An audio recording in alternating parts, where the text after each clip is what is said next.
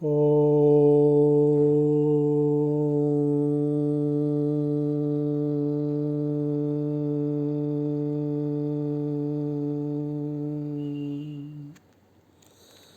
शांति शांति शांति। ध्यान एक ऐसा शब्द है जिसका हम बहुतायत से प्रयोग करते हैं। घर में, क्लास में, समाज में, सब जगह ध्यान शब्द का प्रयोग किया जाता है। ध्यान से जाना, ध्यान से काम करना, ध्यान से पढ़ना, ध्यान से मेरी बात सुनना, इस प्रकार हम ध्यान शब्द का बहुत अधिक प्रयोग करते हैं। लेकिन ध्यान वास्तव में है क्या और कैसे इसका अभ्यास करें, ये महत्वपूर्ण प्रश्न है। यदि इसका समाधान कर लिया जाए तो ये ध्यान जीवन को बहुत ऊंचा उठाने वाला है। लेकिन ये ध्यान क्या है, कैसे करें, जब तक इसको नहीं जानेंगे तब तक हम इसका पूरा लाभ नहीं ले सकते। योगाभ्यास में भी यदि देखें तो ध्यान ही मुख्य है। और यदि ये कहा जाए कि वास्तव में ध्यान ही योग है तो अतिशयोक्ति नहीं होगी।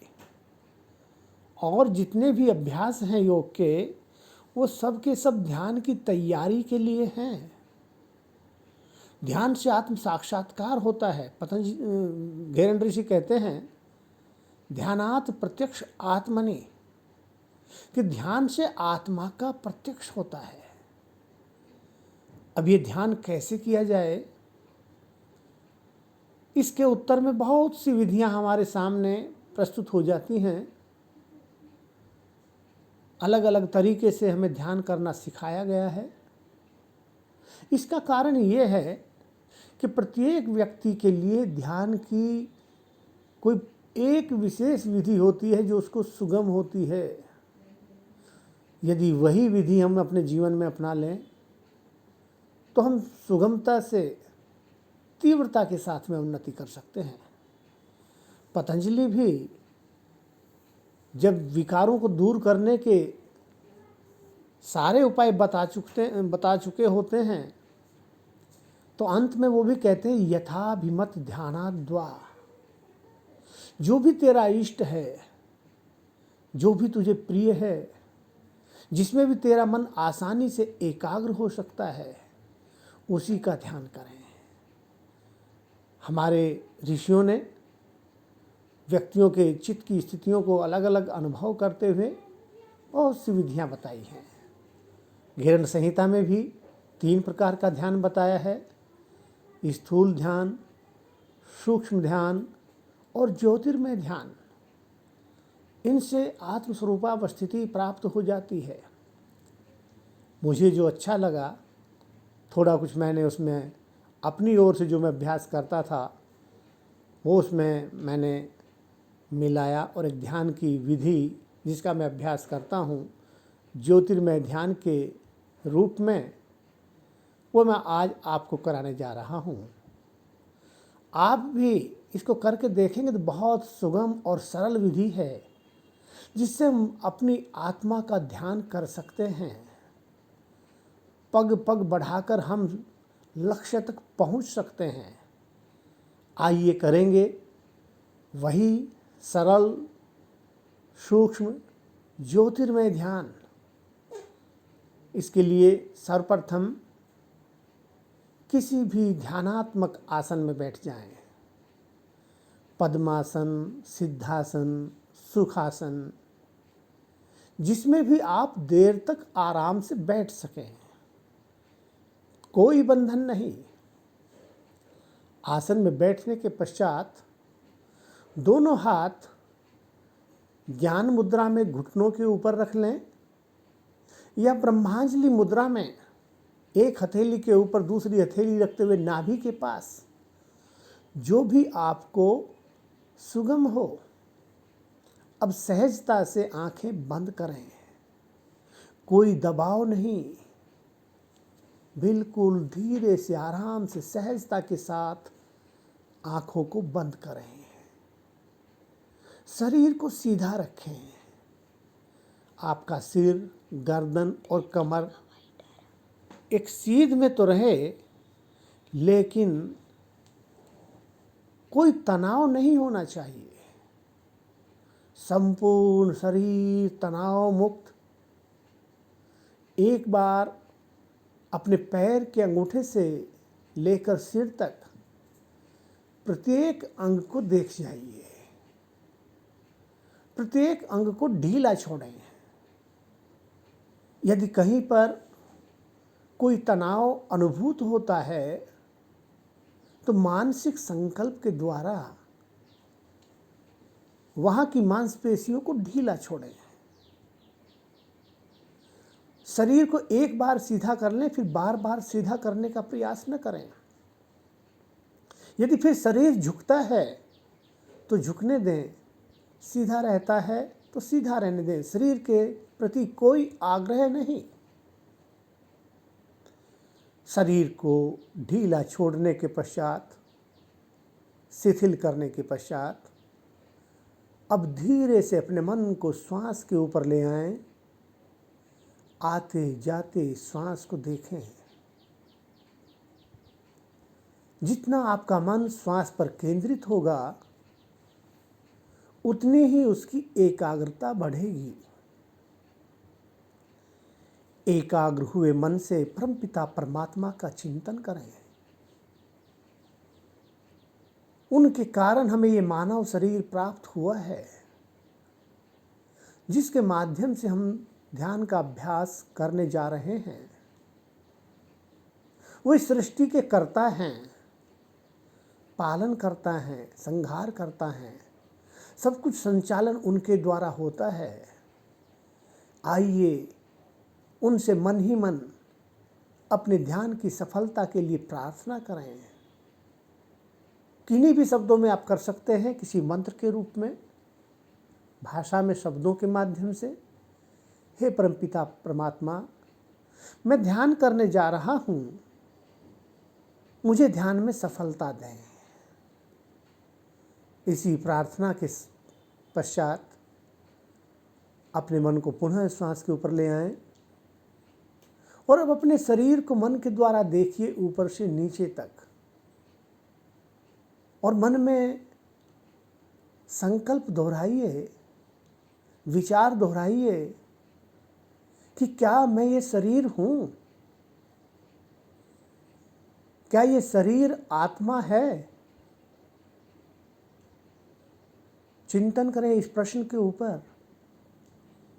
क्या ये शरीर आत्मा है? चिंतन करेंगे तो पता चलेगा। ये शरीर आत्मा नहीं है। ये शरीर तो उसका घर है, रहने का स्थान है। इस शरीर का नियंता तो कोई और है। चिंतन करें, इस शरीर का नियंता कौन है? तो पता चलेगा इस शरीर का नियंता श्वास है, प्राण है। जब तक ये प्राण गति कर रहा है इस शरीर में, तभी तक ये शरीर चलता रहता है। प्राण निकल जाता है तो ये शरीर समाप्त हो जाता है। प्राण शरीर में श्वास प्रश्वास के माध्यम से गति कर रहा है। इसी श्वास प्रश्वास के सहारे वो शरीर की प्रत्येक कोशिका तक पहुंचता है। अब अपने मन को श्वास प्रश्वास के ऊपर ले आएं। श्वास प्रश्वास को भी ढीला छोड़ें। जैसा चल रहा है वैसा चलने दें। अपनी ओर से कोई आग्रह नहीं। कोई लंबा, गहरा या धीमा, छोटा श्वास लेने की अपनी ओर से कोई प्रयास नहीं। श्वास जैसा चल रहा है उसको वैसा चलने दें। श्वास को देखें और चिंतन करें, तो क्या ये शरीर श्वास आत्म तत्व है? ये प्राण आत्मा है जो शरीर के चलने का कारण है, शरीर की गति का कारण है।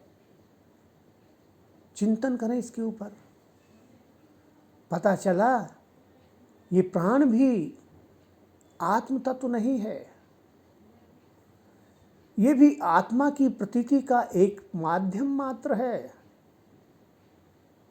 प्राण आत्मा नहीं है।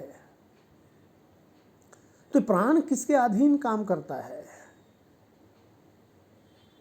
पता चला प्राण मन के अधीन काम करता है। मन चाहता है तो प्राण गति करता है, मन चाहता है तो प्राण ठहर जाता है। तो क्या मन आत्मा है? मन क्या है पहले तो ये जानना होगा। मन के ऊपर ध्यान लगाएं, मन को देखें, मन क्या है।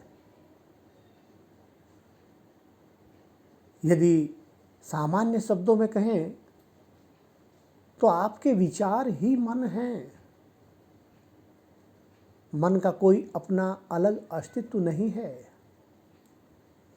जिस प्रकार पानी में कंकड़ या हवा का आघात होने पर पानी ऊपर या नीचे उठने लगता है, ऊपर नीचे होने लगता है, तो उसे हम लहर का नाम देते हैं। लहर का अपना कोई अस्तित्व नहीं है। वैसे ही मन का भी अपना कोई अस्तित्व नहीं है। जैसे ही विषयों का आघात स्थूल रूप में या सूक्ष्म रूप में अंतःकरण में होता है तो विचार निर्मित होने लगते हैं और यही मन है। तो मन के ऊपर ध्यान दें, विचारों के ऊपर ध्यान दें। विचार आ रहे हैं, विचार जा रहे हैं, विचार को विचार ही रहने दें। उसको अच्छे या बुरे का नाम न दें। विचार विचार है, उसको अच्छा या बुरा हमने नाम दिया है। और जैसे ही हम नाम देते हैं हमारी ओर से क्रिया हो जाती है और क्रिया पर प्रतिक्रिया होना स्वाभाविक है। जिस प्रकार एक गेंद पर यदि आप हाथ मारते हैं तो वो गेंद आपके और जमीन के मध्य में झूलती रहती है, लेकिन जैसे ही आपके हाथ ने क्रिया करना बंद किया वो गेंद धीरे धीरे शांत हो जाती है। तो यहाँ भी विचारों के प्रति कोई प्रतिक्रिया या क्रिया नहीं। विचार को विचार के रूप में ही देखें, केवल साक्षी भाव से देखें। अपनी ओर से कोई क्रिया नहीं। विचार आया, चला गया, दूसरा विचार आया, चला गया। केवल विचारों को देखते रहें तो पता चलेगा हर विचार के मध्य में एक अंतराल है। वो अंतराल शुरू में पकड़ में नहीं आता, लेकिन जैसे ही आप विचारों को देखना शुरू करते हैं साक्षी भाव से, तो विचारों के आने में थोड़ी कमी आने लगती है, उनकी गति थोड़ा धीमी हो जाती है, फिर बीच का अंतराल आपकी पकड़ में आने लगता है। यही स्थिति प्राप्त करनी है। विचारों के न आने से मन निर्विषय हो जाता है और इसलिए ध्यान की परिभाषा में उपनिषदों में कहा है ध्यानम निर्विषयम मनः। विचारों को देखा आपने, उनके ऊपर चिंतन करें। क्या विचार, क्या मन आत्मा है? जब आप चिंतन करेंगे तो पता चलेगा मन भी आत्मा नहीं है, ये विचार भी आत्मा नहीं है। तो इनका कारण कौन है? ये किसके कारण गति कर रहे हैं? क्या वो आत्मा है? तो पता चला ये ज्ञान के अधीन है, जिसको उपनिषदों में विज्ञान नाम दिया है।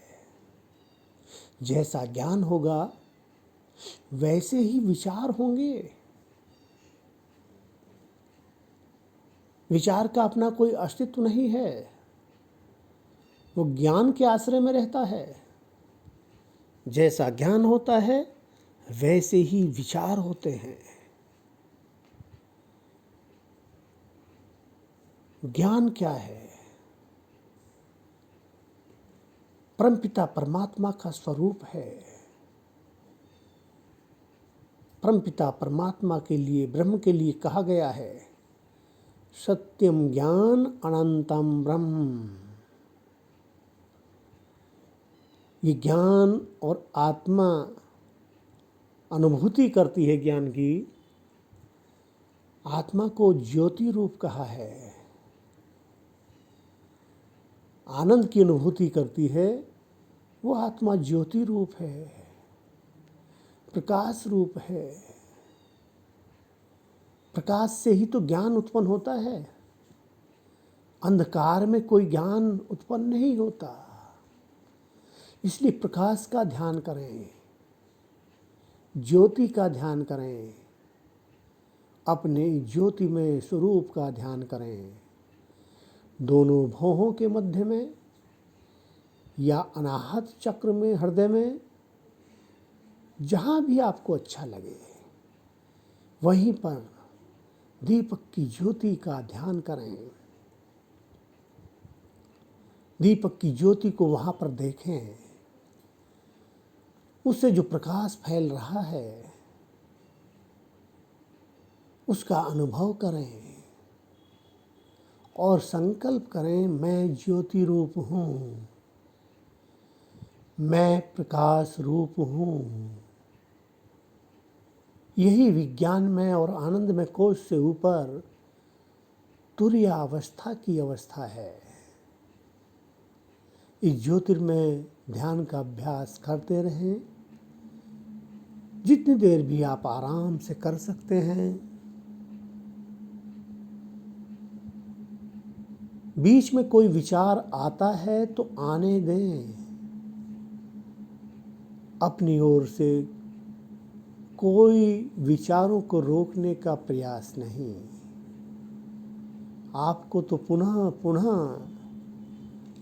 ज्योति का ध्यान करना है, ज्योतिर्मय प्रकाश की अनुभूति करनी है।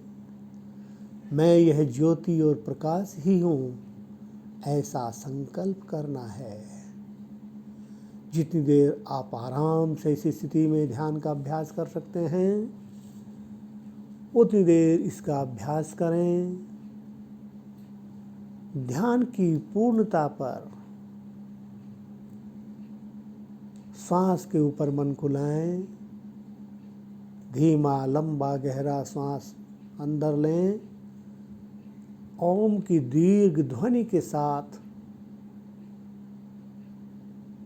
ध्यान को पूर्ण करें। परमपिता परमात्मा का धन्यवाद करें। मैंने बहुत थोड़े शब्दों में एक ध्यान की विधि आपको बताई। आपने बैठकर थोड़ा अभ्यास किया होगा। इसका अभ्यास आप देर तक कर सकते हैं इन्हीं शब्दों के साथ। ओम शांति शांति शांति। हमें शायद ध्यान के ऊपर